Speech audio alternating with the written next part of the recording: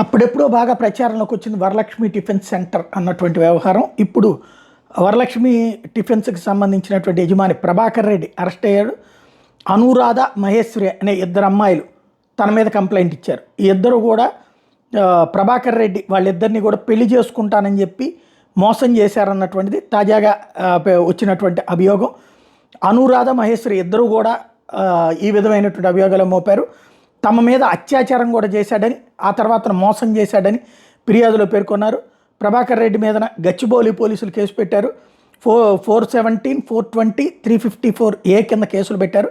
గతంలో అప్పట్లో drugs case ఇతని మీదదే కదా ఇప్పుడు ఈ కేసుల్లో వస్తున్నటువంటి సాయి అనేవాడు ఉన్నాడు కదా, మస్తాన్ సాయి అని చెప్పి రాజ్ తరుణ్ వ్యవహారంలో వెలుగులోకి వచ్చినటువంటి అతను కూడా ఇక్కడ లింక్ అయ్యి ఉన్నాడని కదా ఇష్యూ వచ్చింది. ఆ కేసులో ఇప్పుడు రెండో కోణం అనమాట.